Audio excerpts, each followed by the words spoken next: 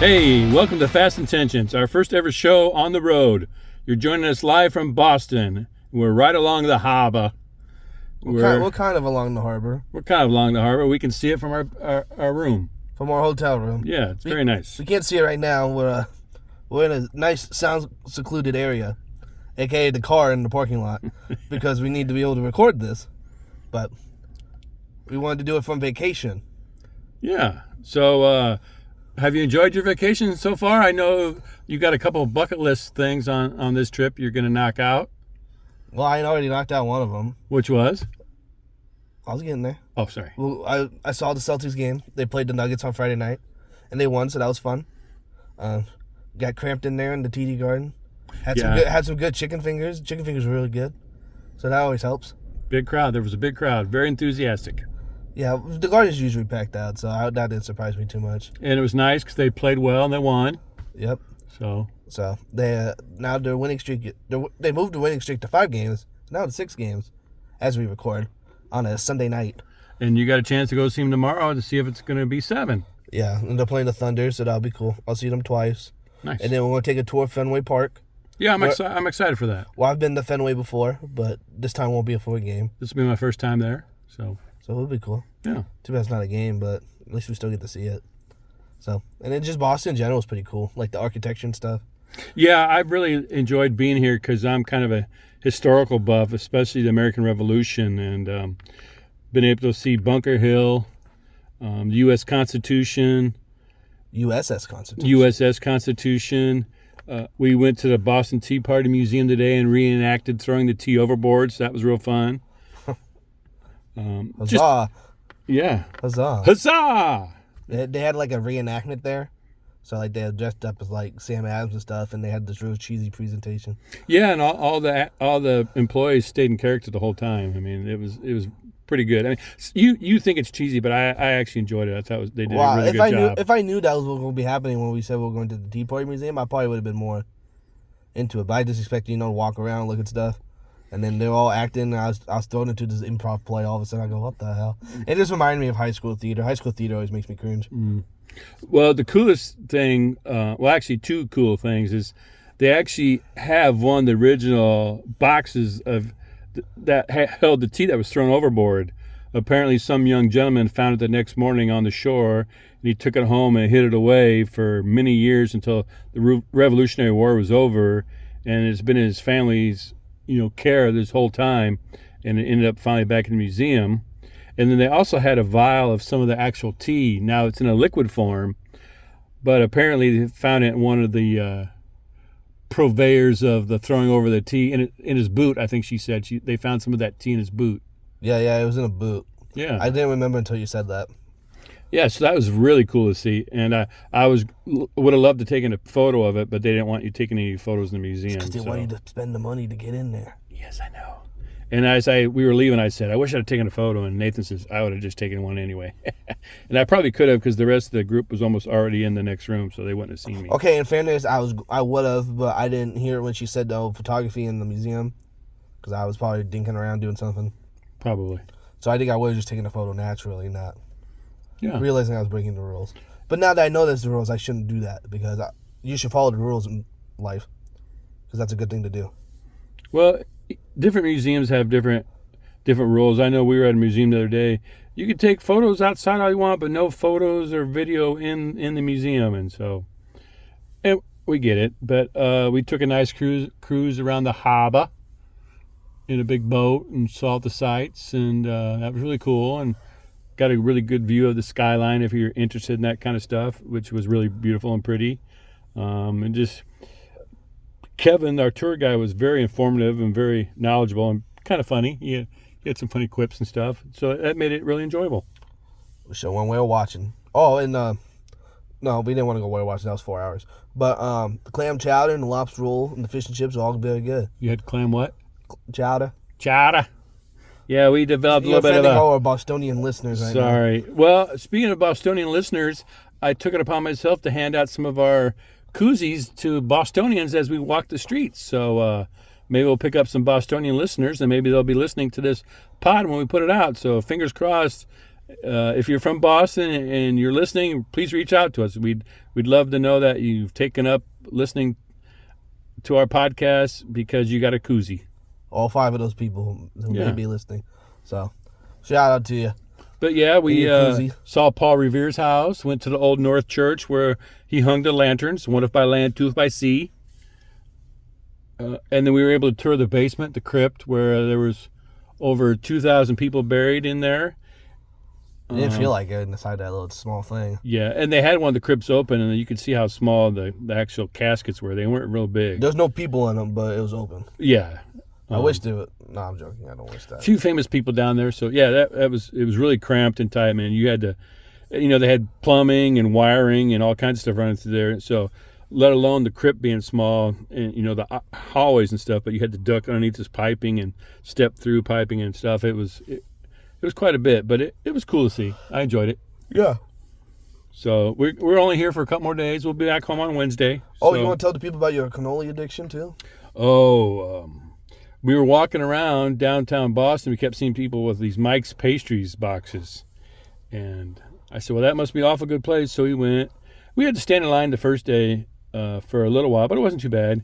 Got up there and ordered a couple cannolis, and super good. I really enjoyed them. And then the next day we were back up there, and there's a gift shop at the Old North Church, and I didn't buy something when I was there, and I had regret. So when we were kind of hanging out towards later in the day, I told the kids, I'm going to run back up to the Old North Church and buy that. And then, so they were just going to wait for me. So when I got done, I thought, well, I'll stop by Mike's Pastries. Well, there's a line going out the door, but it moved pretty quick. But once you got inside, it divided like to 5 or 6 rows. So, of course, I picked the row farthest to the right along the cases, which I thought would move pretty quick. Well, no, the row that I was in originally went fastest because there was like 6 kids that were all together. So when they left, boop, it popped up, and people that were behind me going in ended up, 2 or 3 of them ended up getting the orders and leaving before me. So, and then there was a couple in the front of our lane. They got their food, and they were standing there having a conversation with the lady who served them. And I'm like, dude, there's a bunch of us waiting. Get your food and get out. So, but whether or not I get another cannoli, who knows? But I've had 4 of them since I've been here, and they were delicious. Yeah, so I keep making fun of him for his cannoli addiction. My fat ass doesn't really have much room to talk, but I've been calling you the cannoli cruncher. Yeah, well. You kind of look like a cannoli cruncher. Thank you. You're welcome. All right. Where do you want to start this week, Nathan? No, I don't care. Your call. You go for it. I don't really want to go for it. You don't want to go for it? Well, I don't know. What was yesterday? Saturday? Oh, speaking of Saturday, what do you think about Jeff Saturday being named the interim coach for the Indianapolis Colts? Oh. That's called a segue. I stare at you in shame for that one. That's a really weird situation. Because Jeff Saturday, a week and a half ago, he was just on Get Up, probably doing some analysis. On ESPN. Yeah, talking about how teams are crappy and whatnot. They keep talking about that tweet where he said the Raiders look horrible because he ended up playing the Raiders today and beating them. And so before we get into it, there was a funny tweet I saw. They said they should just bring random people off their couch and see who could beat Josh McDaniels in an NFL game every week. I thought that was funny because his job may be in jeopardy already, being 2 and whatever with the Raiders. But the main issue with Jeff Saturday, because people say he doesn't have coaching experience, which is absolutely true. He hasn't coached anywhere. Except I think they said he coached like a high school team for a few years, which, I mean, I don't know how much experience you put into that, especially working with professionals. It's probably his son was probably playing at the time. I'm not 100% sure. I just saw that on Wikipedia right before we recorded this. But he has no coaching experience. He has NFL experience, being with the Colts for like 13 years.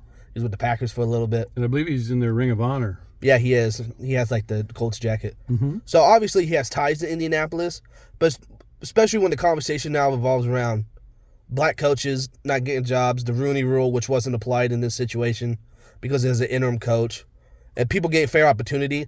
It just didn't really make sense, in my opinion, to hire someone that has no coaching experience whatsoever, especially an interim role too.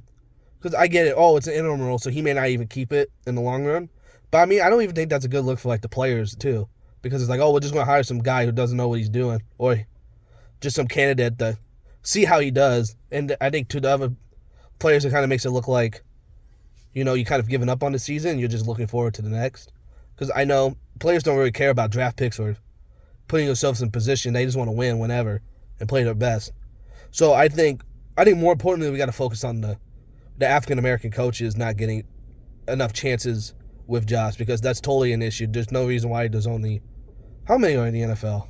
Is it just Tomlin, or I can't think off the top of my head. Good. Well, Flores was with the Dolphins, but he got fired. Well, they should have never fired him either. Yeah. Well, the Steelers were happy to get him, but Mike McDaniels is okay, but Brian Flores had no reason to get fired after that season.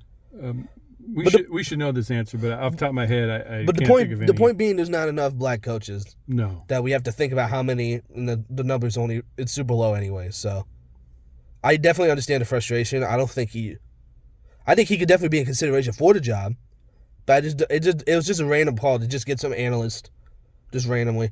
But I think they defended it by saying they offered him like an offensive position like 3 years ago, and they offered him a position at the beginning of this year too, as like an assistant before this opening hire.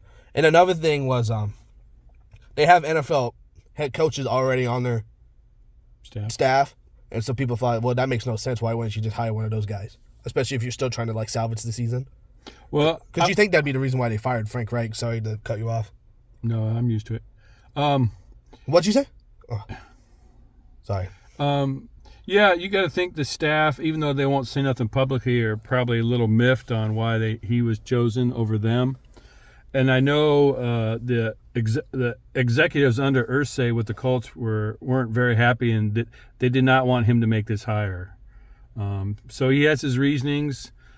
What they are specifically, I'm not sure.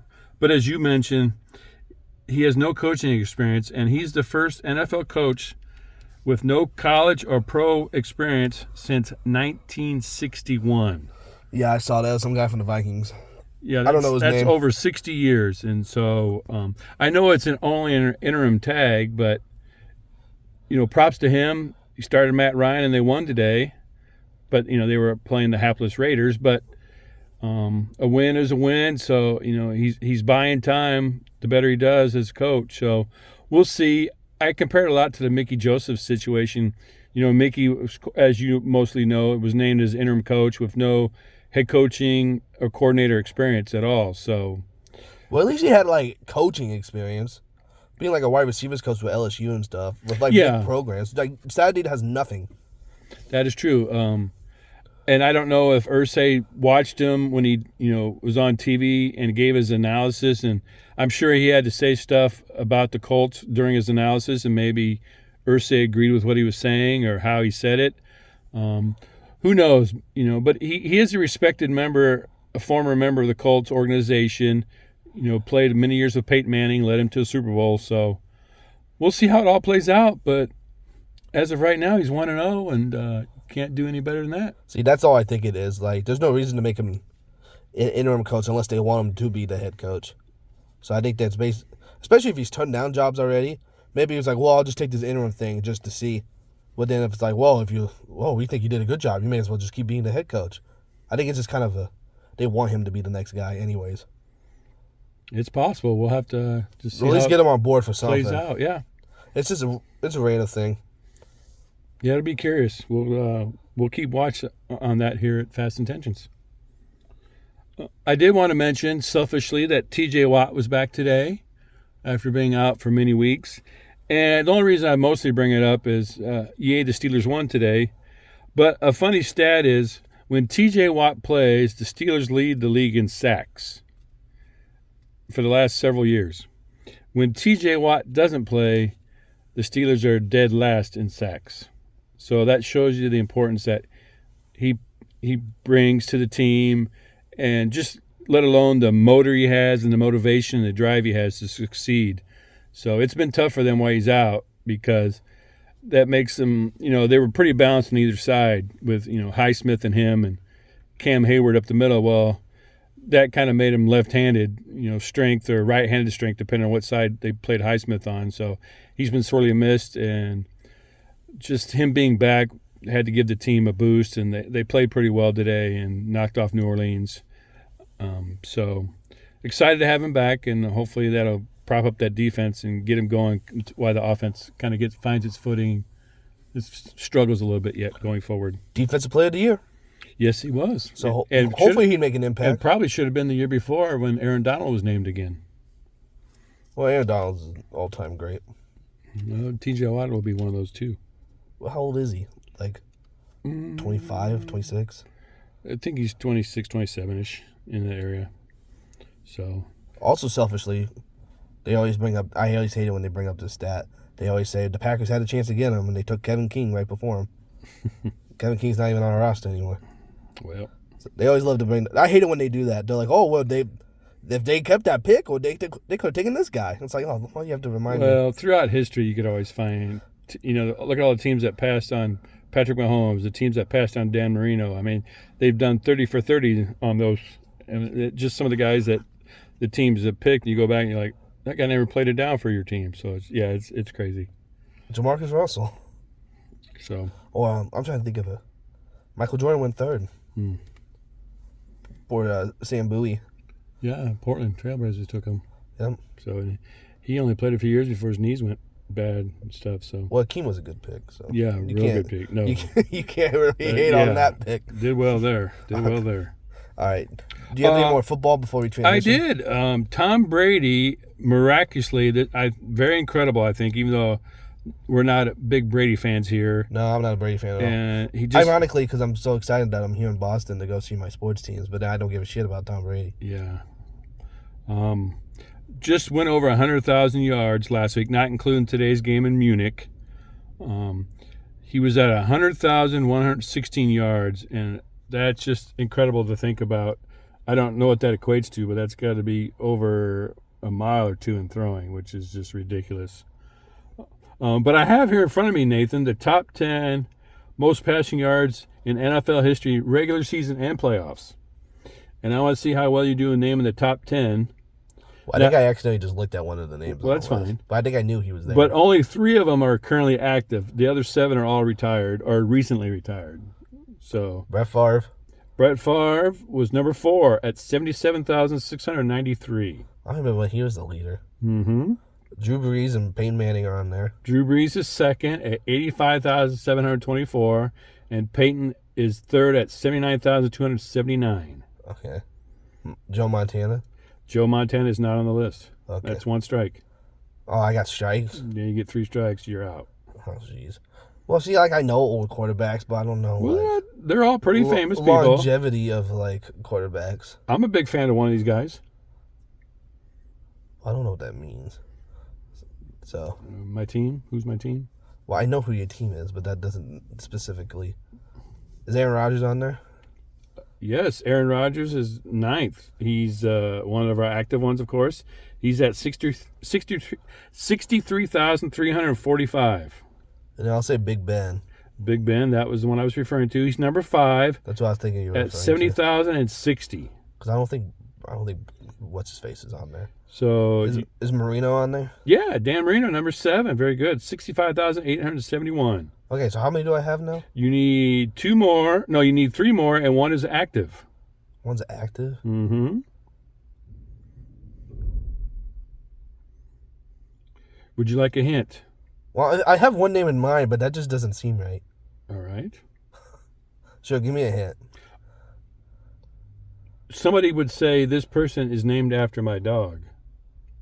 Or vice versa, even though it's not true. Oh, Phillip Rivers? Phillip Rivers, very good. I was thinking Phillip Rivers. Number 6, 66,405. Is the active one Matt Ryan? Yes, Matt Ryan. Okay. Number 8. Matt Ryan doesn't seem like he'd be top 10 in passing yards all the time. 64,415, so you only need number 10. Is it? I'm assuming it's obviously former. Mm-hmm. Retired, but not too long ago. Not too long ago? Yeah, Dan Marino is the oldest one of the group. Not too long ago. Oh my God, it's probably someone's really obvious that I can't think of who it is. Would you like a hint? No. Okay. Well, if you do, it's going to be like the escape room we did today. If you want a hint, you had to dance. Oh, jeez, I'm not doing that. We're in the car in our uncomfortable position right now. Recording on my phone, by the way, so hopefully the audio sounds good. I think it will. We'll clean it up a little bit. It may not be the best, but this is vacation on the road. Well, so you got to suck it up. The sound quality might be off because we're by the harbor. Just recently, How recent is recent? A few years. I could give you 2 hints, and you would nail it with either hint, I'm sure. Okay, give me the hint. You can watch him every Monday. Every Monday? Mm-hmm. Oh. With his brother. With his brother? Mm-hmm. They do their own coverage of the Monday Night Football games. Oh. Oh, I was thinking of the first thing I thought of was Troy Aikman when you said that. But he said a few years ago, Eli. Eli, yep. Eli is 10th. How did I think of Eli? I don't know. How did you not? He's 10th at 59,638. So very good, Nathan. You did pretty well. Is Eli a Hall of Famer? Not yet. Well, he's in Giants Hall of Fame. I know he's not a Hall of Famer, but do you think he's a Hall of Famer? That's been a conversation. Yeah. I don't think he's like 95%, but I think you have to get like 78% or something like that. I think he's like 80, 81, 82 range. I think he'll make it. I don't think he'll skate in, but I think he can make it. Well, I mean, just based off you, do you consider him a Hall of Fame talent? Because I know he wasn't like... I don't think Eli's necessarily ever been an elite. I mean, he's won 2 Super Bowls, and he knocked off the undefeated Patriots. But does that qualify enough for a Hall of Fame? 1 year. I would say he is. I think based on some of the people that are in there, he's probably better than a few of those people. But if he's one of the elite talents compared to the guys we have today, no. But I think he deserves to be in there. I would say he's probably a Hall of Famer too. Yeah. I don't know if he's necessarily a first ballot Hall of Famer, but I think he'd get in there eventually. Yeah, I agree with you. I don't know how the NFL rules work for Hall of Fame. That baseball one's super complicated, but I know how that one works. Well, you got to be nominated, then you have to. They get pared down, and then they sports writers and all those people, whoever's all involved in that, vote, and then if you get a certain percentage, you get in. And I don't think there's a class size limit that I know of. I mean, some years they have one guy, and other years they have 4 or 5, and then there's always guys that come in from the Veterans Committee with they'll nominate somebody. And then there's like coaches and refs and people like that, owners, executives, and owners that can be nominated as well. So, but that's how it's like for like baseball. I think it must be like that for everything then. I'm sure. But yeah, and then some sports need to do better with the sports writers, because you'll see like the voting afterwards, and you're like, how the hell does this guy have a vote? Because you can tell they're voting for like home market people and stuff. Well, that, or if they have animosity towards a player for whatever reason. Like Derek Jeter made the Hall of Fame, but one guy said he wasn't a Hall of Famer. Yeah. Like he didn't get unanimous because of that. Like, whoever that one guy is a bum. Speaking of that, though, the NHL has a rule where if you've played and you finish your career, there's like a 5-year wait. But if you're everybody thinks you're a definite for sure Hall of Famer, like Wayne Gretzky, whatever, they put you in right away, immediately. Mario Lemieux, they're in right away. There's no wait. There's no 5 years. You're in the next year. Well, what's the point of doing that? Just to signify that you're ultra great? I guess it's just like, there's a chance that something could happen over the 5 years where maybe that person unexpectedly would pass away or have an issue or something. So, that's a good point. You're put in the Hall of Fame, because it's sad to see these guys that are nominated and don't get in, and then finally maybe they get nominated by the Veterans Committee. Well, they've already passed on. And so it's their family there, which is super nice and everything for them. But, it would have been great if that person would have still been there and been around when they were put into the Hall of Fame, which is the greatest honor, basically, that any sporting athlete could get. I agree on that. But if it's the point where they're getting nominated by the Veteran Committee and they didn't make the ballots all those years, do they deserve to be inducted in right away? They probably wouldn't be eligible for that. The first thing I thought of when you said that was like Kobe Bryant. Who's an obvious Hall of Famer, top 10 of all time, and then, the tragedy happened. Yeah. So he never got to go to his Hall of Fame ceremony. Exactly. I think that's a good reason why that rule exists, not necessarily. Well, because, there's an old fart made it after, he didn't make the ballot the first time, and then they just voted him in anyways at the end. Well, I don't know the specifics and why they have it that way, but I think it's a smart idea. If it's like unanimous selection, automatically just put them right in. Don't mess around. No, I agree. But yeah. Just that example I didn't agree with. Yeah. Okay. No more football, or do you want to go to college for a bit? You want to talk about college a little bit yesterday? You observed? I know. We didn't really observe much when we were on vacation. Well, we got to watch the Nebraska-Michigan game. But there's nothing to talk about. Well, your thoughts? Chubba Purdy, the backup for Nebraska, is not a collegiate talent. Well, he's a collegiate talent, but he's not a good one. He can't throw the ball downfield. I mean, he's good with his legs making decisions, but he's just not. The offense has done nothing without Casey Thompson for 3 weeks now. So, obviously, I just don't. Been very stagnant. I know. I don't really want to. I hate when people mention transfers and stuff, but Luke McCaffrey would have been fun to watch at least a little bit. Because he showed lots of talent, but he was just kind of stuck behind Adrian Martinez. Well, he transferred to 2 other schools after he left Nebraska, wanting to be a quarterback, and neither one of those schools were going to let him be a quarterback, so he left again. And honestly, I don't know where he ended up. I know he was at Louisville, was one of the schools, and I'm not sure. Maybe he's at Cincinnati or someplace like that, but I haven't heard his name, in the last couple of years. I mean, but at least good luck to him, but yeah, I don't know. At least he did stuff when he was on the field. Yeah, I mean, Chubba had a few moments where he looked pretty good. Trey Palmer did his best throw of the day. I thought Trey Palmer dropped on him. But the weather didn't help. It looked like he was having some issues with his hands being cold. I think they should have played Logan Smothers more than they did, or put him in sooner than they did. But what I didn't get is... he didn't look that great either. Yeah, well, when they put him in fresh off the bench down there on the goal line, or not on the goal line, but inside the red zone, he's more of a running threat. Well, Mark Whipple calls 2 passing plays. The first 2 plays he's in the game. I'm like, what are you thinking? I mean, karma got you in the ass when that Michigan guy ran you over. That's what happens to you when you call stupid plays. All right. We don't wish injuries on anyone. No, but he's not a throwing quarterback. He can throw all right, but he's a running quarterback. Why not at least try to run the ball on that first play in there and see what happens? I mean, they haven't seen option the whole day.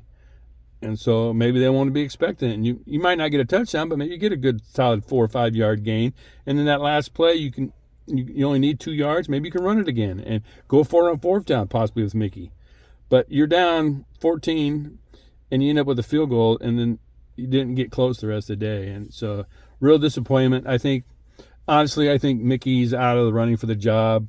I mean, I'm sure Nebraska would like to keep him there as an assistant coach or a receivers coach or what have you, but I think Mickey's chances of winning the lottery to get Nebraska's job is pretty much the same as me winning that Powerball that somebody in California won.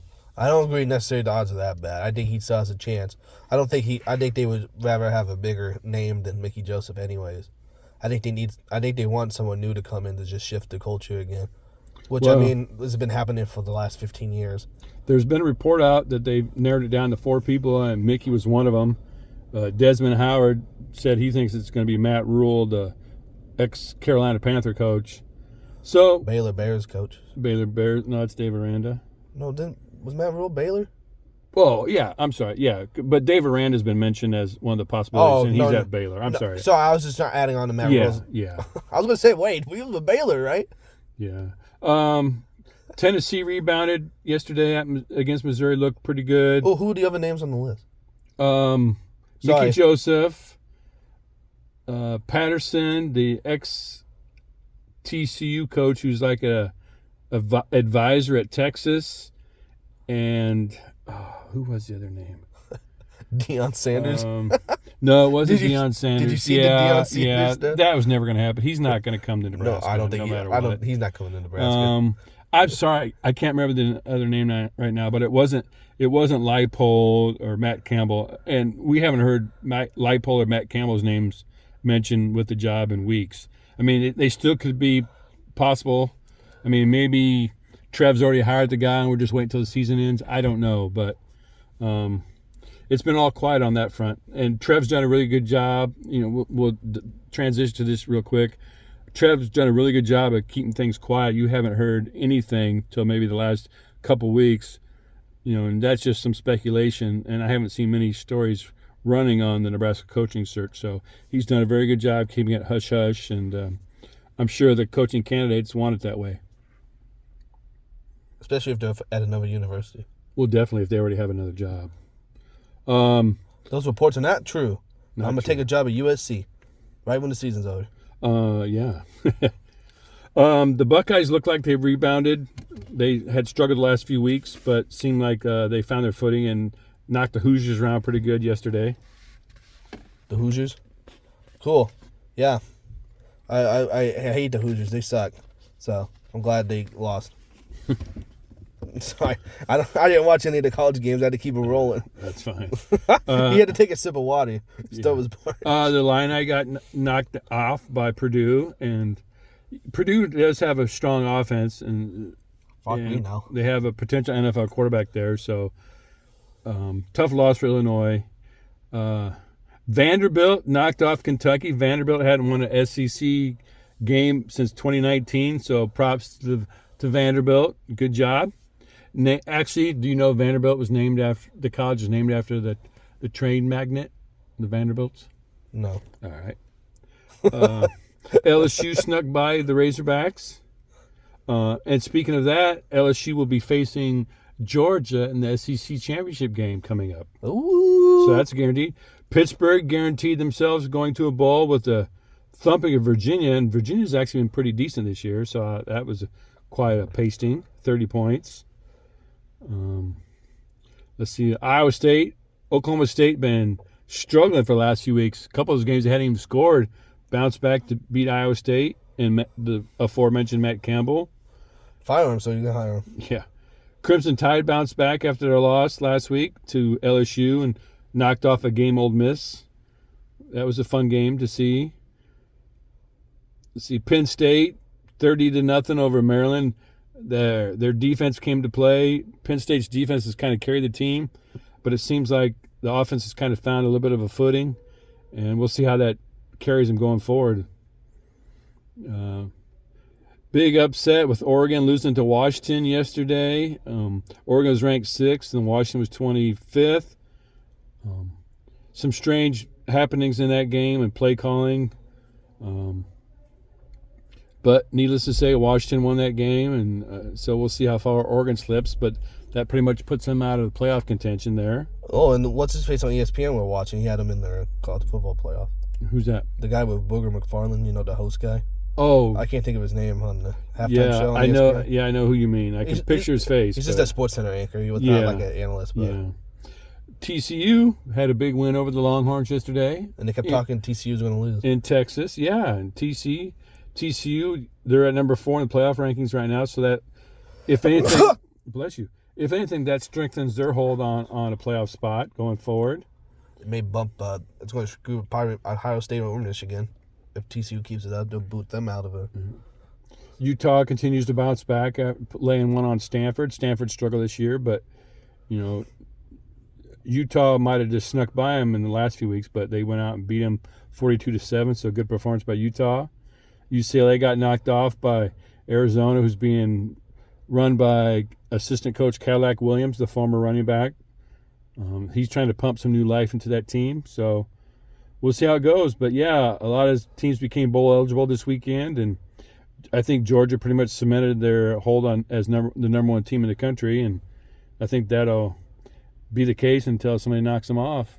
So, have that to look forward to. And we're no longer bowl eligible. Yeah, well, the chances of that happening were pretty slim anyway. But I know you wanted to talk a little bit about the Kyrie Irving situation.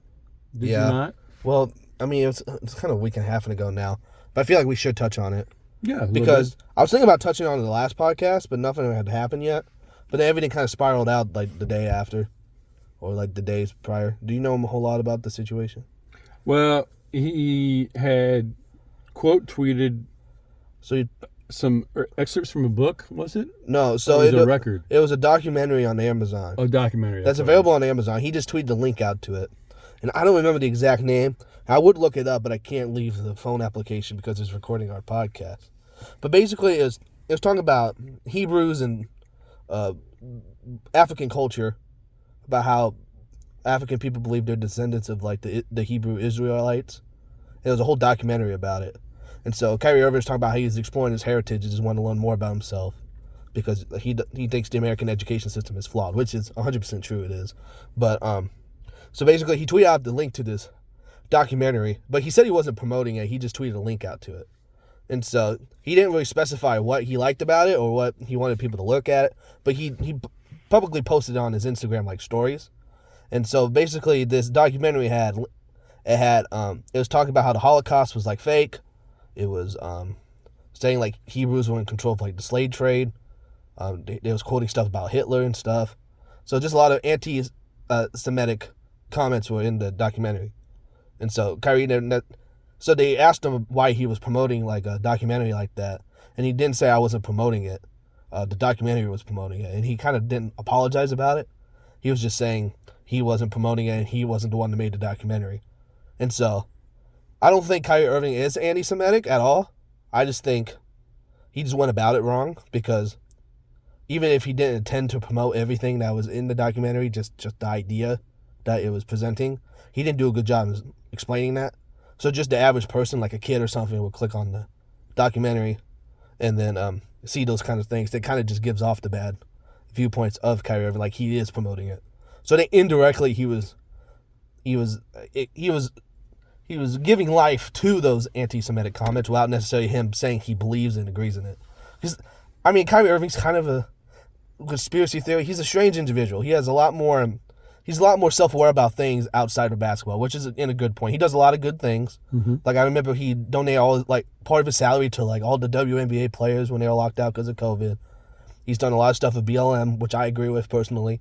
He knows what he's doing, but it just wasn't a good look in my eyes. Like he said, he has all the right in the world to go research stuff about his past, learn about African culture and stuff about that, where they've come from, because like you said, it is kind of skewed in a way. In American education was just like, well, black people were slaves and then they got that taken away from them, and then we set them free and now everything's fine again, which it's not. So he has every right to do that. He just went about it the wrong way.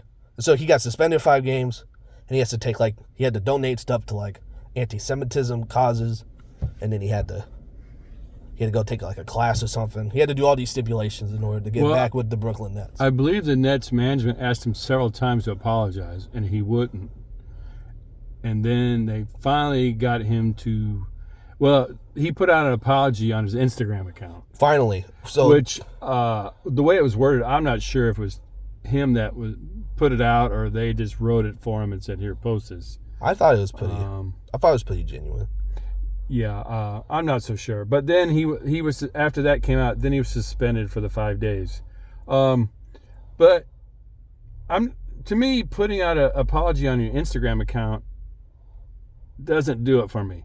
If you're really sorry, you hold a press conference, or when the team's having a press conference, you take a couple minutes and you come out in front of everybody and you state that publicly that you're apologizing. Posting something on an Instagram account where, I guess, the sports people see it because they follow all the Instagram accounts so they can get news and stuff. But the basic fan, unless you're a fan of NBA or at least the Brooklyn Nets or Kyrie Irving, isn't going to see that. So to me, it leaves it rings a little bit hollow when you're just posting that on your Instagram account instead of actually putting it out there into public. And I know he probably views Instagram as putting it out there in public, but what I mean is like doing it at a press conference where there's media, all the media is there and that covers the team and the NBA. Well, in fairness, when that all came out, he did have a press conference after he met with Adam Silver, the commissioner, to apologize about it, and he didn't do it then. No. So I think what happened was he got suspended, and that hadn't leaked yet. So I don't think he was able to meet with the media to apologize again, and that's why he did it on Instagram. But he should have done it the first time. Well, like I said, what he did, he was promoting it without actually believing in it. So I think he was still in the wrong for that. He refused to apologize 5 times, they said. 5 times before he actually put out the statement on Instagram. Because he kept kind of because he doesn't like he's like talking about how people just see basketball players and black people as just like pure entertainment instead of talking about them as humans. I think that's why he didn't want to necessarily, you guys are driving, the media's the one saying that I'm anti-Semitic when I'm clearly stating I'm not. It's just what the documentary says. So I think he was seeing himself as vilified, which is why he didn't want to. But he should have, instead of just saying, if I hurt like people of the Jewish faith, that this stuff, he should have apologized for that then. That's what I'm saying. He should have realized in the bigger picture that there were people being hurt by it, as opposed to just as an attack on him and his character. Because then the big point on social media is why Kyrie Irving's getting a bunch of hate, when like Amazon should be getting hate for having a documentary that promotes these things on their platform, which they should too. If Amazon really cares about not promoting anti-Semitism and stuff like that, that shouldn't be readily available for someone to just buy on Amazon. Because I think that makes Amazon look bad too. So I think Amazon needs to have a more conversation about why they even have that available on their platform too. Well, that's I'm kind of torn here, but that's one thing that's great about living in America. You're allowed to do and say that kind of stuff because you have the freedoms to do and kind of say that stuff. Now, when you're profiling a whole race of people or what have you, or beliefs about a group of people, I can't agree with that. And you might have the right to say it, but it doesn't mean you're not going to suffer the consequences of saying such things. And especially when the group or organization you're employed with or work for doesn't share those same values. It's going to be a tough sell. But that's what he's arguing. He wasn't the one that said it. Exactly. But sometimes you have to apologize even for things, even when you don't think you have to or you don't need to, just for the good of everything. And I've been in situations myself where I've apologized for situations or something I said that was misconstrued and wasn't what I meant to say. But I apologized because it would just temper the flames, knock it out before it became anything. But I do know some people where I'll just say, hey, just apologize. And so it won't be, no, I ain't apologizing. And then it just becomes this big thing. And then you have these two people button heads or two entities button heads, whatever the situation is. And it just escalates. When if somebody would have just sucked it up and said, hey, I'm sorry, I didn't mean it that way. And I'm sorry you took it that way. And generally, if you just give somebody a decent apology, most people accept it. I mean, I've never seen too many people say, F that, I'm not, I mean, if you have contrition, most people will accept it. That's how people are, generally speaking. But sometimes you stand your ground, you just fan the flames, and like we said here, if he would have just apologized in the beginning and phrased it a certain way, things would have probably been fine and none of this would have happened. And personally, I think he apologized because he knew he was going to get suspended for the 5 games. But I'm pretty sure the owner said, well, if you don't apologize, your suspension is going to be longer, and then there might be fines or what have you. So that's my personal opinion. But we'll see going forward. When's he scheduled to play again? Do we know? He was suspended for at least 5 games. And from the reports I saw, I think he was pretty close to completing all those things that were on the Brooklyn Nets list. But like I said, I think that apology was a part of the suspension. That Instagram apology. Well, I'm sure he had to apologize or the suspension was going to be long. And I know Kevin Durant, they caught Kevin Durant in the hallway after a game, and he spoke out against it all and said he wasn't a believer in all that, what was posted and what Kyrie did and stuff. So Kyrie's going to have some work to do, publicly, charitable work, and he's going to have to, get the grace of the fans and his teammates back and his coaches. So we'll see how determined he is. He's a good ball player, but that shouldn't override, being a good person. Well, I still think he is a good person. I think he just went about it the wrong way, is what I was saying. Like I said, I don't think he's truly anti-Semitic. I don't think he truly meant to hurt the Jewish people. I just think he was more concerned about the media vilifying him than realizing that he was insulting people. Well, I get that, but by not apologizing right away, then that thing sits out there and you're giving the media nothing, and so they're just going to make their own opinions and run with what they think is the situation. That's what he's saying the issue is. Well, yeah, so he could have nipped that all in the bud right away. Well, they always do it to Kyrie because he feels like he's always attacked. Well, I don't know. I don't follow the Brooklyn Nets that close and Kyrie that close to really. Well, just Kyrie in general is always in the news. Oh, well, I'll take your word for it there. Because you're the NBA correspondent at Fast Intentions. Okay. You don't have to keep saying at Fast Intentions. Everyone knows what this is. It's a podcast. Huzzah! Oh, jeez. Back to the Tea Party thing. Okay, so that's the whole Kyrie Irving situation. I think he should have just apologized. And then, I think he was just thinking about it the wrong way. is my opinion, and that's what I will say about that. Okay. NBA news-wise, other than that, I don't really have anything. There's been a lot of good games going around. I'm 2-1 in my fantasy basketball league, about to be 3-1. I believe last time we recorded, Lakers hadn't won a game yet. And now they won that night. They won that night. And then we uploaded 3 days later. Hopefully the Lakers can win. So what, they have 2 wins, 3 wins now? They have 2 wins. So, well, that's a start. Well, and then you said, well, if they're really bad, at least they have their draft pick. But their draft pick actually belongs to New Orleans. Because that was in the Anthony Davis trade. And so technically the Pelicans have the best odds for the first pick. And that's that Victor Wembanyama, like 7'4", who can handle the ball like Kevin Durant, who can shoot it like him. And they're saying he's like a once-in-a-generational talent. They said he is the best draft prospect since LeBron James. So shout out to the Lakers for not owning that pick to potentially get him. Well, history says those type of guys won't work out. Well, what do you mean he won't The work? excessively tall guys. But he can move and handle. It's not like he's not like Boban Marjanovic running down the court with like 2 left. So, have you seen film of him? Yes, Where's he from? I don't know off time. Look up Victor Wembanyama. I can't look. My phone's too slow down here, but I can't look it up on this. So who would you compare him to? Jokic, like a Jokic type player? No, or? he moves like Kevin Durant. He shoots like him. Oh wow, okay. No, and he's super tall. Oh, speaking of Jokic from the Nuggets. Oh, we saw him live. So he has the slowest shot. He puts up a shot, and a lot of NBA guys throw up a shot and go, whoosh! He throws it up and just kind of, it's like a satellite in orbit. It just kind of hangs, and it doesn't seem like it has much rotation either. It just kind of floats through the air, and just falls. Nobody can block a shot. He's got a lot of good, strong post moves and stuff, and he's a little bit slow, and he falls for double what do they call it, double fakes or pump fakes. Pump fakes, thank you. A little too much, but yeah, he's a beast. It's incredible to watch him play because his passing is ridiculous. I'm pissed. I can't think of where Victor Wembanyama's from. What country? But no, I'm gonna show you highlights when we get back in the hotel room. I can't wait. He's a beast. He's gonna be good. Good.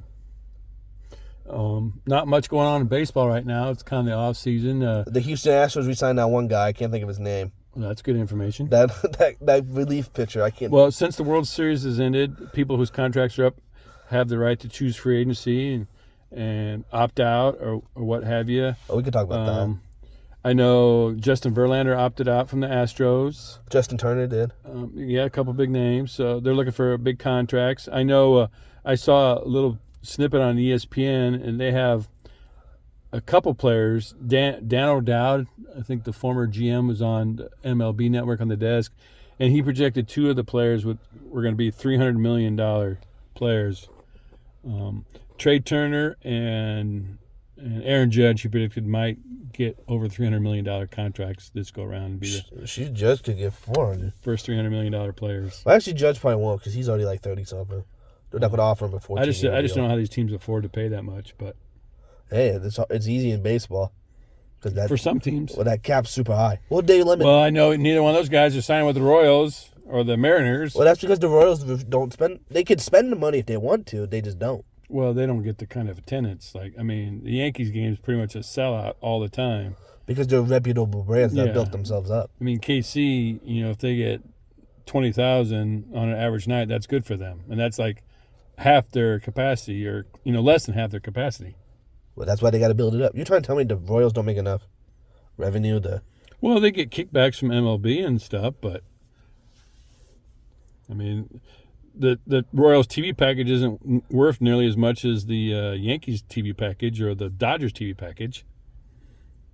Well, yeah, because they're not. They haven't built themselves up enough. No, they just won the titles. What? 7 years ago. 9 years ago. 7 years ago.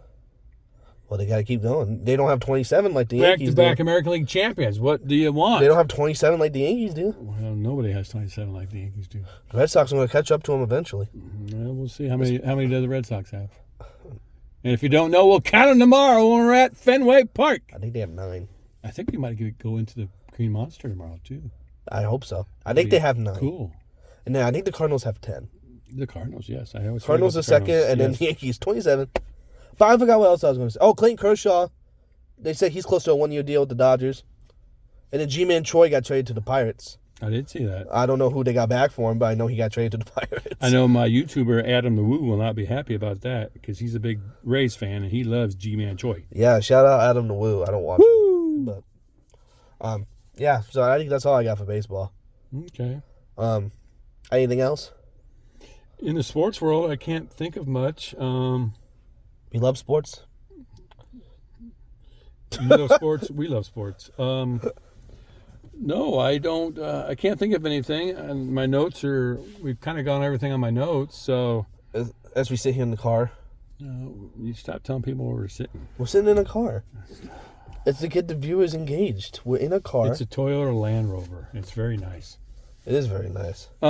Should we fire up the afterburners and the rocket boosters and go into our nuggets? You only had like one nugget, right? I got 2.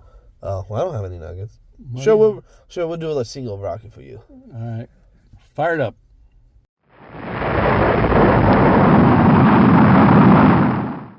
Sadly for us, but happily for watermelons, comedian Gallagher has passed away at the age of 76.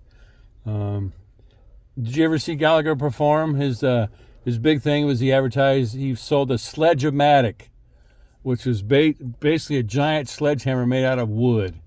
Had a big, probably a 4-foot long pole, 5-foot long pole, and it had a giant wooden head on the end of it. And he would do comedy, but then towards the end of his comedy skit, he would smash watermelons. I know you smash watermelons. And people in the first 4 or 5 rows would always have plastic with them. They'd always pull it up, and because the watermelon would go flying. And then he would kick the watermelon, and then he'd start swinging at the watermelon during a monologue, and then he'd stop and go, and and then people would like brace, and then he would not do it, and he'd try to catch him off guard. And he was a really good comedian when I was in my 20s and 30s, really funny, and to have the Sledge-O-Matic and the watermelons was just a gimmick that made him stand out and made him really unique. How did he get started smashing watermelons? Maybe they're on sale. Oh, okay. No, I mean seriously.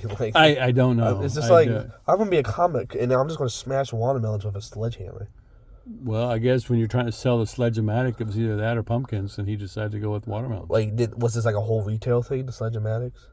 Well, it wasn't really something he was selling. It was just a gag. Oh, so yeah. It's just a weird gag to come up with. And then he had that little top hat he had on. It had a handle on it, so he could hold it up and make it spin and stuff. Yeah, I never watched him. I just know he was the guy that smashed. Well, after we watched Vuna Vacet's highlights, we watched... That's racist. It's Victor Wanyama. Gesundheit. After we watch Victor Wanyama highlights, we'll watch some Gallagher. Jeez. All right. You want to take this nugget? No, they're not my nuggets. You can have them. All right. I don't have any ranch for those nuggets. And I know you don't have any nuggets. I have 2 big nuggets. I know you're always looking forward to pickleball updates here at Fast Intentions. Well, apparently Major League Pickleball, which we've talked about recently, that has LeBron James and Tom Brady and Kim Clijsters as owners, has now merged with their competitor Vibe Pickleball, and they're gonna it allows for them to build a premium league with media rights, sponsorships, with top players and live events. Now, I don't know how many top players are in pickleball, but it's got to be a lot where you have 2 factions merging. So that's exciting, and pickleball is ever growing, and it's such a sport that we have to talk about it each episode of Fast Intentions because it's constantly growing and growing with owners and players and now a merger. So exciting stuff for pickleball. Have you watched any pickleball since we've talked about it? I've seen a little bit. So I will endeavor to try to watch more pickleball. Okay, you do that. Before the next episode. It's not a big thing until I start seeing it on ESPN. That's true. It actually probably is on ESPN 8 or 7 or 6 or 5 or 4. Do we want to announce? 9. Do we want to announce the winner of the koozie contest and the winner of our koozie? Well, I think there's 2 people that signed up, and I haven't drawn a name for it. So. Oh, okay. Not really. I know one of them personally. Shout out Matt. Shout out in the other episode. He's followed us on Twitter. And I think we got 1 YouTube subscriber. Nice. So just 2 people in the running. So in fairness to them, we're going to wait. Okay. And we'll do it the next podcast when we're actually on our set, not in a car near the harbor. the harbor. Eating clam chowder. They had some chowder, and we went to the garden here in Boston. Those Bostonians that you gave those koozies to, they're going to be like, these assholes do making fun of my accent. They're going to come on and say, hey, why are you talking about the harbor that way? All right, don't make fun of... Oh, I'll never forget when I was watching the Royals and the Red Sox. Rex Hudler, he was out there. He was like, yeah, this is how they talk in Boston. He was doing a Boston accent. And he was like, the producer must have said something to you. He goes, was that offensive? He goes, that's how they talk. He said a Boston accent. I think they were like, why are you making fun of these people? That's not a good idea. Wow. You're like Rex Hudler. Why don't you tell the people how to reach us on the social media platforms there, Nathan? Same thing as always. Don't... YouTube? Yeah, YouTube. Fast and Texas Podcast is the name of the show. Please subscribe. It's the same thing. Like and share that, please, if possible. Ring that bell. The more you subscribe and the more that gets out there, the more visible we are to people when they search. We're on Spotify. Please listen, rate, and review. Yeah. I think you meant to say like, comment, and subscribe on the YouTube part. Ring that bell. Well, they had to ring the notification bell. I know. You just said it funny. What's our Twitter page there, buddy? Sorry. You're such a good host. Twitter, we're at F Intentions Pod. What was that again? F Intentions Pod. F Intentions Pod. So feel free to like our tweets that my dad puts out or I put out. Make sure you give us feedback on the podcast because like we said, the podcast is for you guys. So whatever you think we should do better. One comment that I've also taken into account. I realize I'm a big guy, so I breathe very heavily. Yeah, so I have to make sure I'm not breathing into my mic when you're talking, but I'm literally holding a phone in between us right now. So I don't know how that's going to sound. So hopefully, if not this episode, the next episode, I'm going to make sure I got my mouth away from the microphone. In fairness to you and myself, probably too, while we're recording, you don't actually realize that that's happening. But I know, I'm right in front of that mic. I'm eating it. We'll say thanks to Carla for making that comment. Oh, that was Carla? That was Carla. But we do appreciate Carla listening. She's not a big sports fan, but we do appreciate her listening and giving us feedback. And that's what we're looking for, to try to do better and be better. So thank you, Carla. No one's going to get this reference because they're too old probably. Or unless we got some young people watching or listening. But it's going to be like a Chocolate Rain in the video where he moves away from the mic and he says, I move away from the mic to breathe. It's going to be just like that when I record the podcast. You get that reference? No. Okay, figured so. But yeah, I'm gonna be like Tazon Day. I know Chocolate Thunder, or I know Vanilla Thunder. What are you talking about? The basketball players, Chocolate Thunder? No, Daryl Dawkins? You never seen the video Chocolate Rain on YouTube? No. It's like a guy who sings Chocolate Rain. And it's like an original song he made in like 2008. Jason Williams, Vanilla. I think they used to call him Vanilla Thunder or something like that. White chocolate. Oh, is that what it was? White chocolate. Yes. Fun to watch. He did the elbow pass. Yeah, he was very fun to watch when he played. Yes. There was just some fun teams he played for. Okay, so we're gonna watch Victor Wembanyama highlights, and we're gonna watch Chocolate Rain by Tazon. And Gallagher smashing watermelons. R.I.P. Gallagher. Yeah, and R.I.P. Tazon Day. He's still alive, but like I said, it's just a weird video. Yeah, so I think next time we talk to you will be right after the Thanksgiving weekend. I don't know. So I don't have a calendar in front of me. Well, today's the 13th, so that'll be the 27th. I think Thanksgiving's on the 25th or 24th. Okay. Yeah. So when I get back from Boston, I'll upload this. Yeah. So we'll see how relevant this stuff is on Wednesday night. Very much so. So since we won't hear from you till after Thanksgiving, please enjoy the time with your family and friends, and be thankful for what you have and who worked to get that for you. And we appreciate you listening, and have a happy Thanksgiving. I'm sure Nathan will share that sentiment. Yeah. I mean, you already did, so. Okay. Well, thanks for listening for the podcast from here by the harbor. In the Toyota what? The Land Rover. So. I could get out and look. No, we're good. Yeah, from the Toyota on the harbor. Or in the parking garage next to the harbor. In the Toyota along the harbor, eating some chowder. We don't have any chowder with us. Well, that's because I'm allergic to shellfish, so only you can eat the It chowder. was pretty good. Maybe too. I'll go find me a couple more cannolis. Hey, give me some of that. More stuff. Huzzah! More stomach problems. Huzzah!